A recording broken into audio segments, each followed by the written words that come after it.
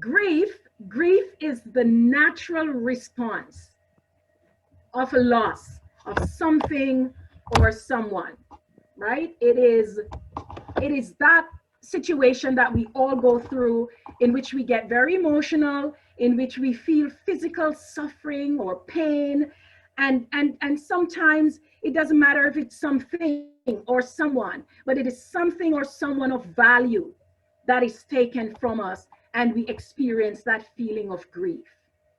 Grief is involved in all significant changes, losses, and life transitions, right? So grief is involved in all major transitions, losses, and changes in our lives. So maybe, for some people, they think grief is just losing someone to death. Grief is bigger than that. Grief is just dealing with many types of losses. And so we're going to just mention a few. I, by no means, can claim today to say that this is an exhaustive list. It is not. But I want you to know that we experience losses in situations like a divorce, separation, relationship breakup, redundancy, being fired from your work, maybe loss of health, loss of financial stability, especially in COVID, maybe a miscarriage, maybe infertility, maybe loss of a cherished dream, loss of a friendship, loss of property or house. I can tell you that if you experience grief, even in loss of safety, maybe even in theft. Some people, if you've ever had your vehicle broken into, you know what that feels like, violated. You feel like you've lost a sense of self and security. That is also a loss. And of course, death is definitely another loss. So let's look a little bit at the nature of grief, right? Understand that anyone, and I say this unapologetically, anyone can experience loss and grief. Anyone. And you know what? Many times we don't even know that it's coming. And it can be sudden and even expected. Because many times, even if it's through death, we know the person was ill for some of the circumstances. We know that they were ailing. We know that the doctors had said there was nothing else they could do.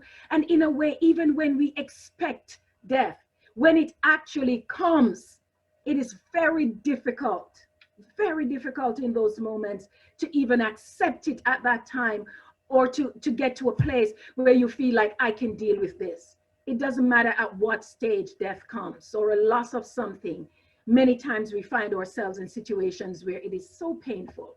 And therefore, the more significant the loss, the more intense the grief, right? I've heard people say, I've had clients who say that it's just so unfair. You know, this life just treated them so unfairly. This person was just this amazing person. And why did they have to die in COVID? Or why did they have to die this way? Or why did they have to die under those circumstances? So I wanted to know that the more significant the loss, the more intense your grief could become. Grieving is highly personal and individual. Remember that. You will not be expected to grieve like the other person. Not even if the person is your twin. You're not expected to grieve like that person. It's very personal and it's individual. It's as unique as you are from somebody else. That's how grieving is. Everybody grieves in their own way. And you know what? Again, there is no set timetable for dealing with grief. There's no set timetable. So this leads me to share with you some myths about grief. And 4 of those myths that I want to share today. And I say to you that, again, this is not an exhaustive list, but I know that these are common things that we hear all the time. People will say to you that, oh, the pain will go away faster if you ignore it. That is a myth. It doesn't work like that. People will always also say to you, oh, it's important. You must be strong. You need to be strong in this loss. You need to be strong for yourself. You need to be strong for everybody else. How about your family, your children, your spouse, whoever it is? everybody expects you to be strong. You must be strong. And you're told in such a way that you're made to feel like if you're any less than strong, oh, you are really so weak. You're not going to make this. You need to come on. You need to toughen up. I want to say to you, that's a myth. You don't have to be strong in any grief in the moment. It is okay not to be okay in your grief. Another myth is that if you do not cry, you're not sorry about the loss. This is a myth. Some people will have they will have delayed grief in terms of how they respond. Some people, their cry may come a year later, 2 years later, 6 months later. Something might break them to that point. Some people may not cry because that cry turns into this bitterness and anger and hurt that they don't know how to externalize it. It doesn't mean that people are not grieving because they didn't cry. And another myth that I want to throw to you as a fourth one is that people should stop grieving after a year. Have you ever heard that? Drop something in the chat if you've heard that. Oh, come on, it's 6 months now. You need to stop grieving. It's a year now. Oh my goodness, how long will you be going on with this grieving? You know, it's important that we understand that these are myths thrown out there by people. Some of these persons have never really had the grief in the way you've had it. They may not have had an intense grief as you've had it, or a reason to mourn. And remember, grieving does not necessarily mean death. You know, by someone losing their life. It could mean a loss in many or in any different way. So understand that there are myths out there, right? Now, Elizabeth Kubler-Ross, she's a psychiatrist, and she's written 5 stages of grief that I like to talk about because we find ourselves vacillating, just fluctuating between these stages. And I want you to know and understand that there's no set order for you to go through these stages of grief. So when someone experiences a loss and you find yourself grieving, one of the first things that you find you experience is that you enter a state of denial. You're in shock. And so you deny it. You say, this didn't happen. This can't be happening to me. Oh, this person didn't die. Oh no, I didn't have this breakup. I'm not going through a divorce right now. This separation is not real.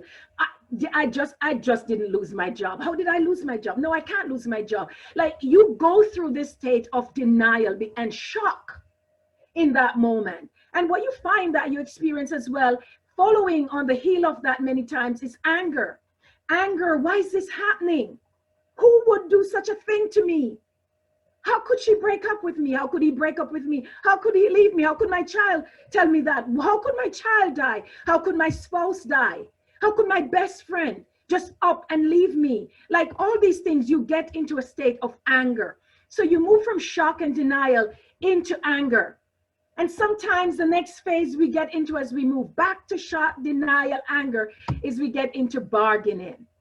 And the psychiatrist Elizabeth Kubler-Ross explained that this could mean, okay, what could I have done differently? Maybe if I had done this, oh, maybe if I had driven her that day, maybe if I had taken that thing that day from him, maybe if I had just told him not to do this. And we go through all this bargaining. If I had done this, this could have changed the result. Maybe if I had said that, that could have been the change and the result. Or if I had visited at the hospital last night, maybe they wouldn't have died. Or maybe they would at least know that I love them and they would hold on a little longer. All these things that we bargain in and we go into. And then after we get into the bargaining, often, very frequently, what we find is that some people go into a state of depression because you now realize, okay, this is not just denial. This has happened. It is happening. You've been angry.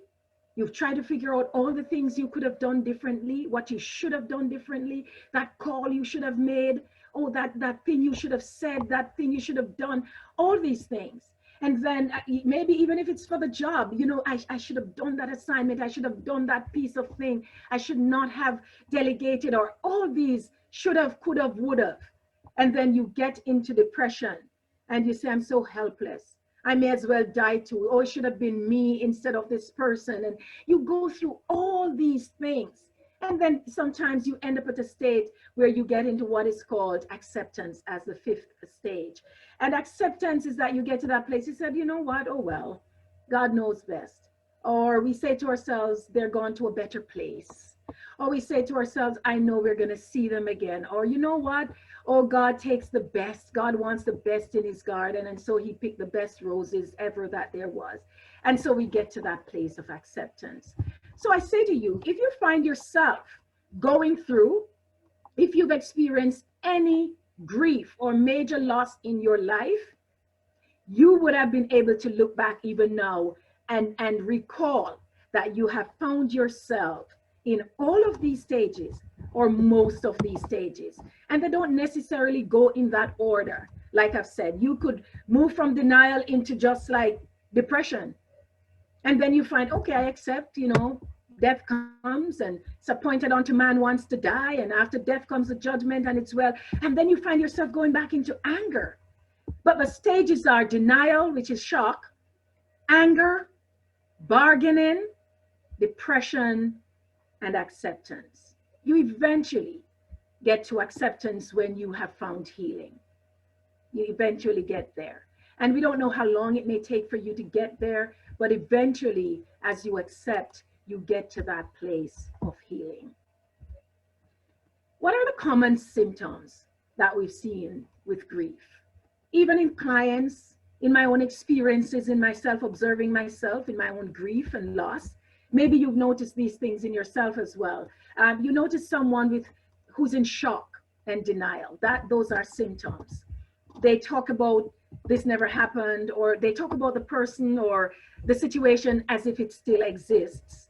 And so they're in that shock or denial or disbelief kind of thing.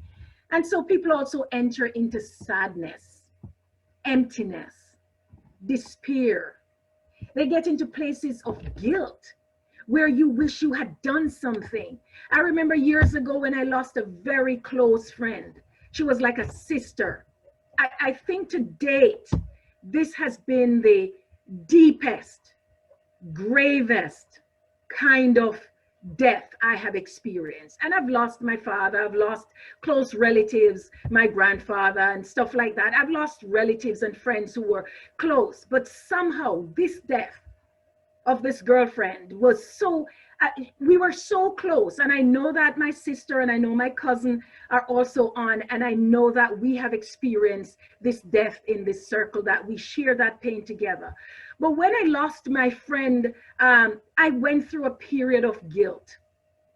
Guilt because I felt like I saw her the one week. On the Saturday, I went to the hospital and I saw her, and she was doing great. She looked amazing. I said to her, wow, look at you. Oh, we're going to get you out of here. I'm sure you're going to be out by tomorrow. Oh, she was smiling. She looked great. They had moved her from this bed to the other. We were settling her in, and it was just beautiful. And I just felt so good about that.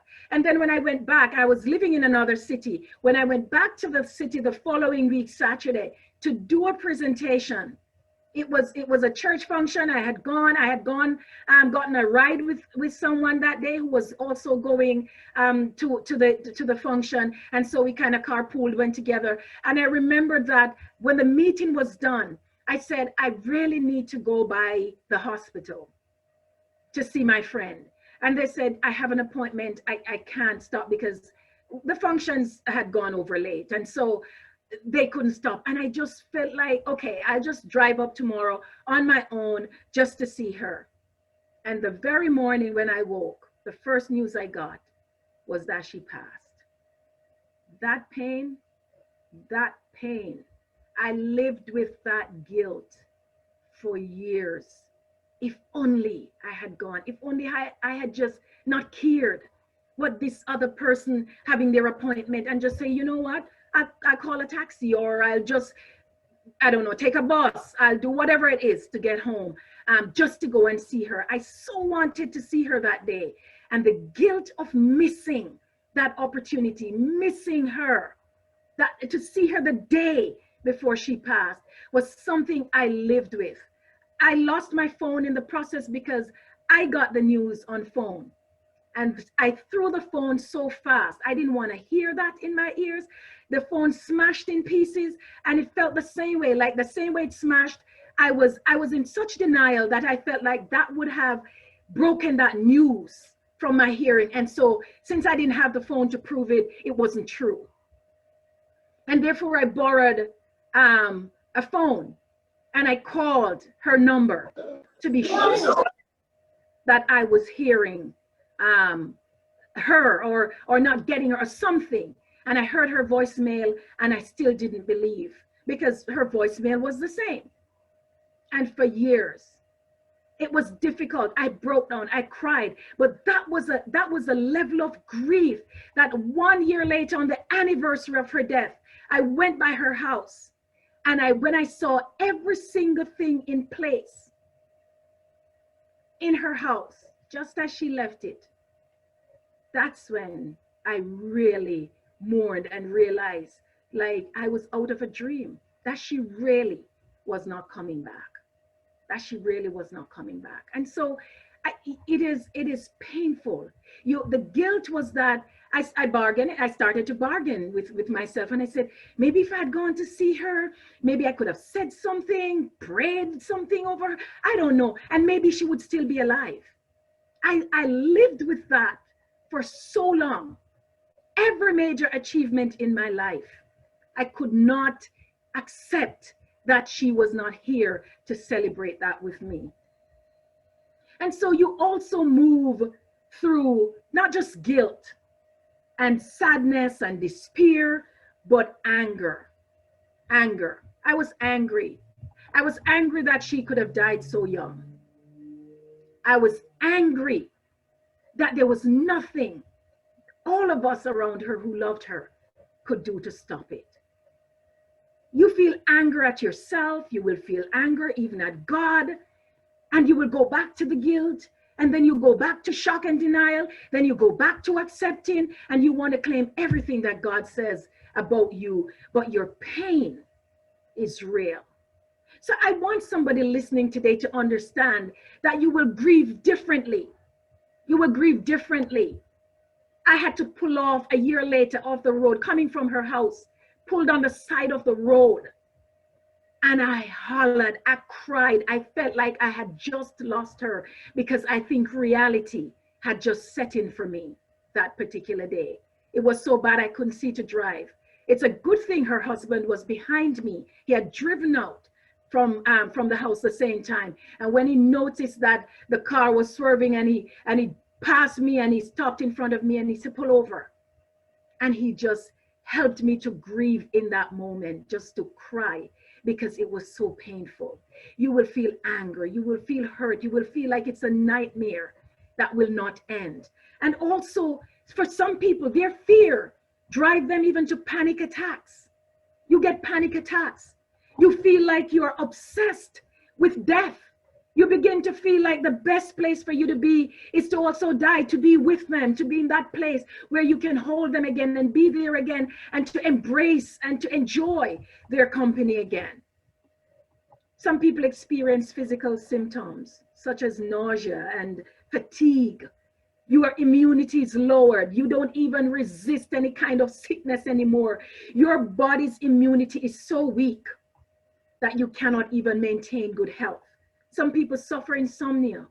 They don't sleep for a year, 2 years, 6 months, living with that kind of pain.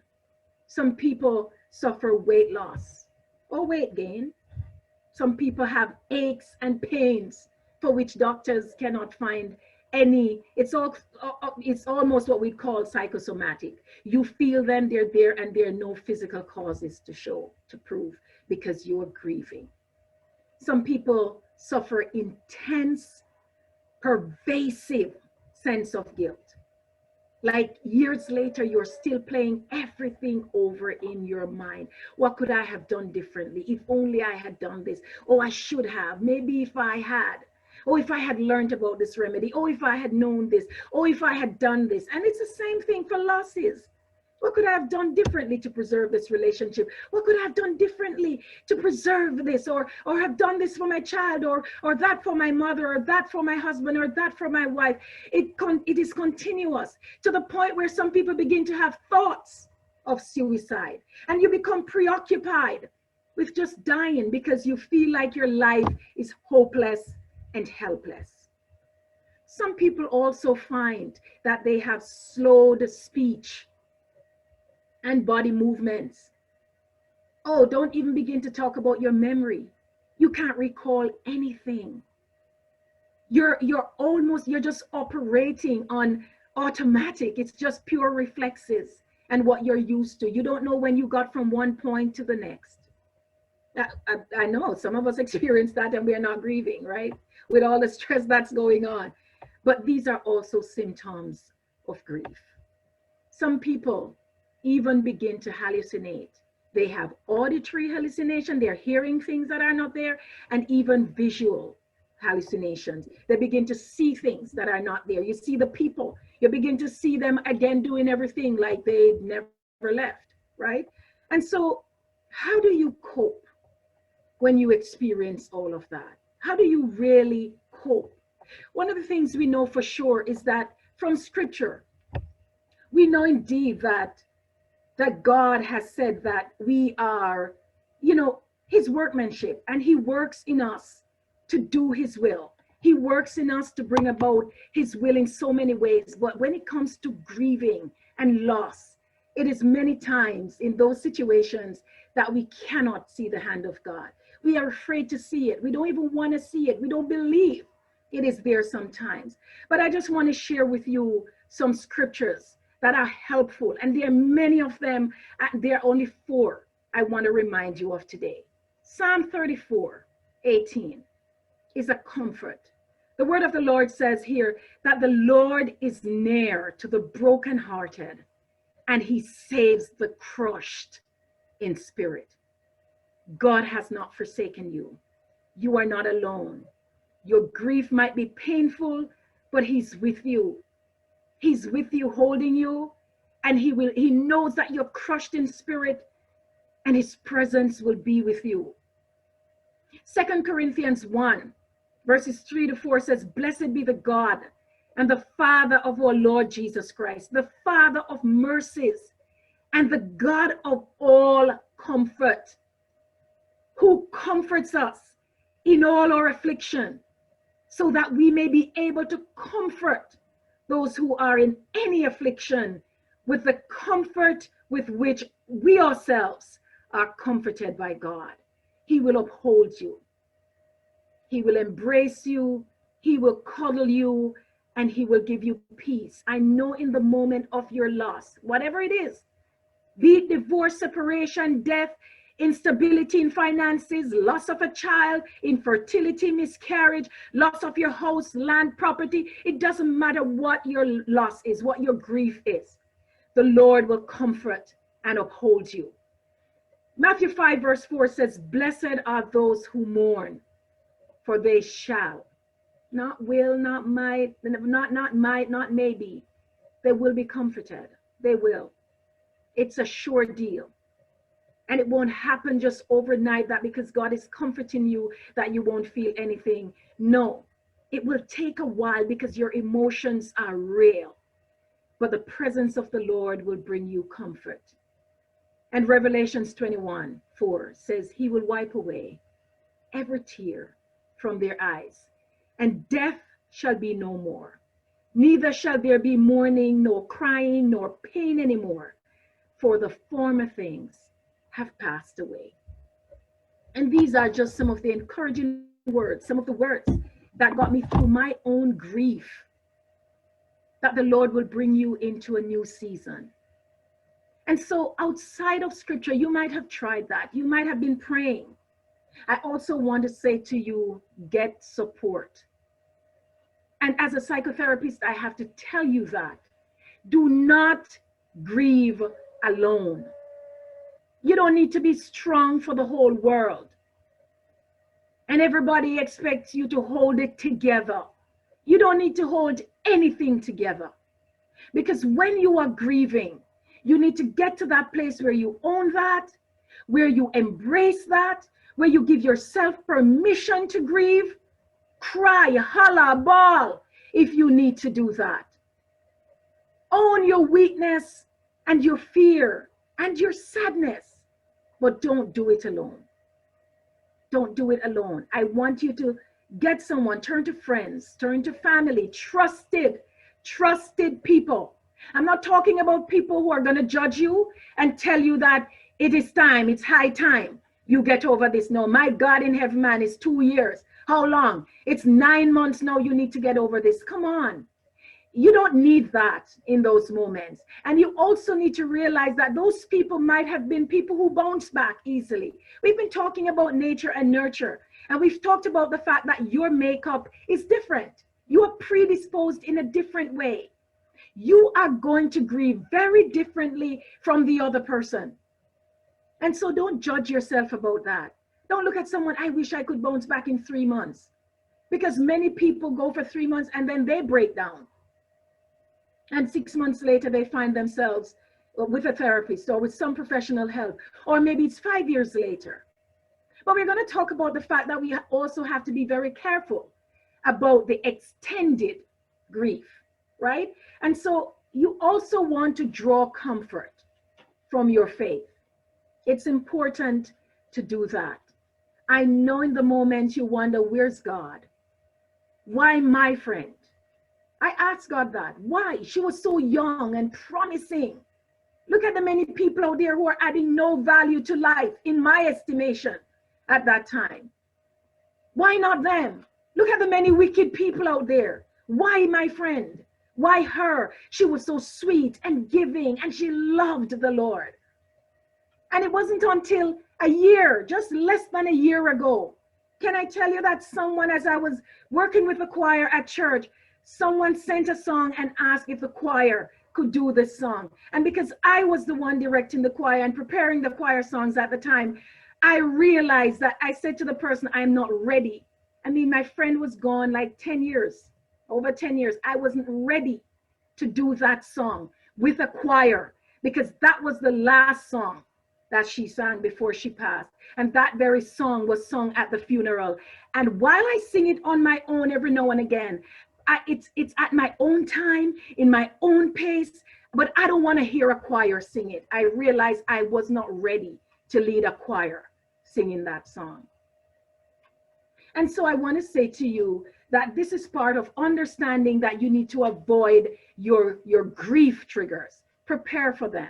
Prepare for your grief triggers. If you know there's something that's going to bring you right back into it, you want to prepare yourself, brace yourself, and avoid it as much as you can. If you can't avoid it, you want to prepare for it. I mean, if I turn up in some place and this song is playing, what am I going to do? I prepare myself for it. But if I'm not ready to jump into it, then it's important that you know what you're ready for and how you brace yourself for it. I say to you, join a support group. Join a support group if there's one in your church, if there's one in your community, if you know of one, if you hear people say, you know what, this group helped me. Maybe it's not about grief, but some support group, something that you can put that energy into and you can heal, because it's important that you heal. And of course, don't be afraid to talk to a therapist or a grief counselor. And I know people are naturally afraid of therapists. The first thing you say is, I don't want to tell people my business. But we're not here to eat anybody. And the thing about a therapist is that your information, I can guarantee you, is safe. It's probably the safest that you'll find it with your mental health practitioners. We are sworn to secrecy based on our code of ethics. And I want to say it's okay to speak to a therapist. It's okay to speak to a trusted professional about your grief.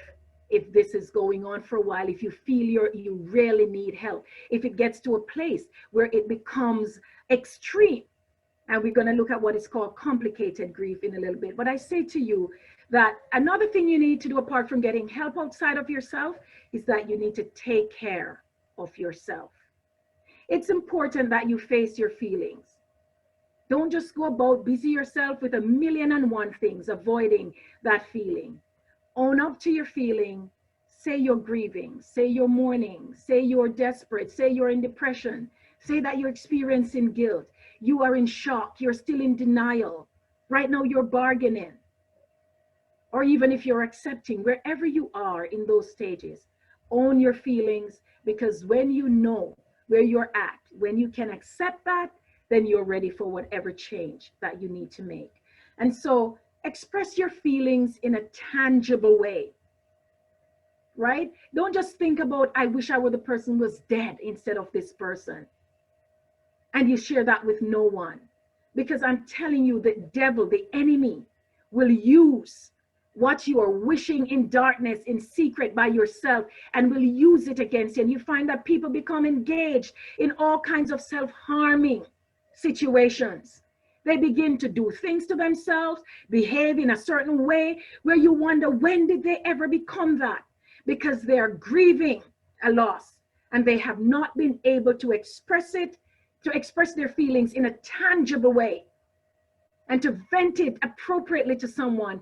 And so on their own, they're trying to manage it. And you find people engaging in things that are not naturally things that they would find themselves doing. And so another thing is that that is compounded by a lot of judgment from other people. Oh, they're doing this. How come since the husband died, they're now living this way? Or since the wife died, or since this friend left, or, you know, all these things. It is a cry for help. It is a cry for help. So I want to say to those of you listening, if you see that around you and there's a change in behavior, it is a cry for help. Do not judge people on it. Try to help them as best as you can. Get someone who can better help them than yourself to reach out in a way that can be meaningful and appropriate. So look after your physical health if you're grieving. Face your feelings, take care of yourself. And listen, don't let anyone, and I say this unapologetically, don't let anyone tell you how to feel. And do not force yourself to feel a certain way either because somebody says this is how you should feel. Because people will tell you you must, you ought, you should, this is how you should be in order. Don't let anyone tell you how to feel. You have to grieve in your own way. And with professional help and with the right environment, with people who won't judge your feelings, you will be able to do this appropriately. Listen, if you are the person that person whose mourning is coming to, I want to say to you, I beg you, I appeal, I encourage you. Don't say to them, oh my God, you've told me this 100 times. How many times are you going to talk about the same thing? Please don't. Every time they bring that story to you, I want you to listen like it's the first time you're hearing it. And you just, sometimes all they need is presence. And one of the greatest ways for people to heal who are mourning is that you find that they will just regurgitate and they will talk about this person constantly, or whatever the loss is. It doesn't matter whether it's by separation, divorce, death, loss of instability, it doesn't matter what it is, or the job. They will continue to talk about the loss, always ongoing, because it is a pain in their emotions. And if you are the person they come to, all you need to do is just listen. They're not asking for solutions. They're not necessarily asking for any suggestions or any advice. They just want somebody who will hear their story and their pain. Just listen. Just listen and nod. Just rub the shoulder if you can, if you're allowed to. If you're on the phone, just say, just groan with them. Just say, I hear that. I hear that. I hear you. I know it's hard. I know it's hard. I get it. I hear you. That's all. Present. Sometimes you need to say nothing. Just be there. Just be there and maybe just hold them if you can. And I know in COVID right now, it's the worst time. You can't even be there. You can't even hold the people that you know are grieving, or you grieving that you don't even have family to help to hold you. And I know it's a tough time. But I want to say to you that even if it's on phone and you can just show presence, Just be there, just check in. If you don't have the tolerance for it, in Jesus' name, I beg you, don't show them that. Listen when you can, and maybe you connect them with someone who can show them that tolerance that they need.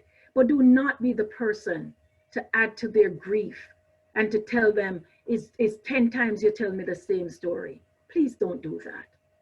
When people are grieving, they don't even realize that they've shared the same story 200 times already. To them, it's the first time, because the memory is so fresh, and it's part of the healing naturally to look back, to look at the memory, and to talk about the fun things that they might have shared with these persons or at this place, if it's a job or workplace or whatever it is. So I encourage you to be a friend to someone. And if you don't have that makeup, that stability, that stamina, that kind of personality, direct them to someone appropriately who can help them.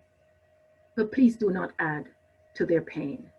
And so if you are grieving, don't let anyone tell you how to feel.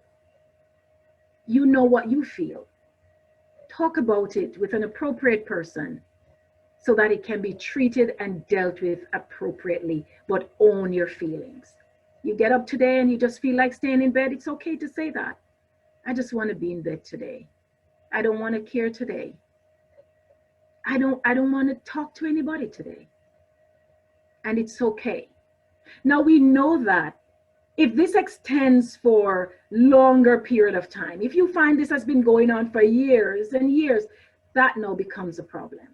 If you find yourself experiencing intense longing and yearning for the deceased continuously in ways that you almost feel like they're right there holding you, you're having intrusive thoughts or images of your loved ones, if maybe you continue to imagine the person is still alive, you're even talking to them like they're right there, and you find this happening frequently and intensely, maybe you're even searching for them in a certain place and planning your vacations together like you used to, then I say to you, you really need to get help, to get professional help, because these are symptoms of complicated grief, right? So that feeling that life is meaningless, you can't do anything without them, empty, and you can't move on, it means that you probably have headed right into depression and you want to seek professional help.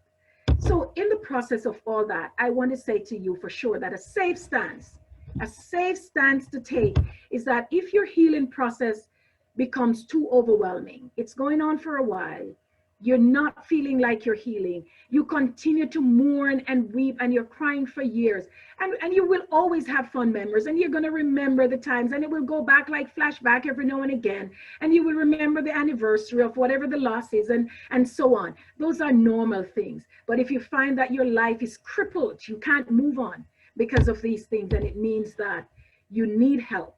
And I say to you, a safe stance to take is to get professional help. Right? Despite your praying and despite all the beautiful people in your circle, you also may need at this time to reach out for professional help, right? And if you don't know where to find it, like I said, if you need to reach out to me, if you're especially in my area in Ontario, and even if you're not, and maybe I'm able to refer you to some places, or to refer you to at least to say this is where you may need to get that kind of help, I'd say, I'd love for you to reach out somehow if you can. And if you don't know, if maybe you think that I'm too far and wherever, and you may be able to reach out to your pastor, you may be able to reach out to your family doctor. Those are people who are connected to these professionals who can help you in one way or the other, or help you in some way to get pamphlets or some things that can help you, maybe refer you to a support group. I want to say to you, do not grieve on your own. Do not grieve on your own. Find some help, appropriate help, and get that healing that you need, because absolutely healing is a great feeling. Thank you so much for joining. And I want to hear your questions, comments, your stories.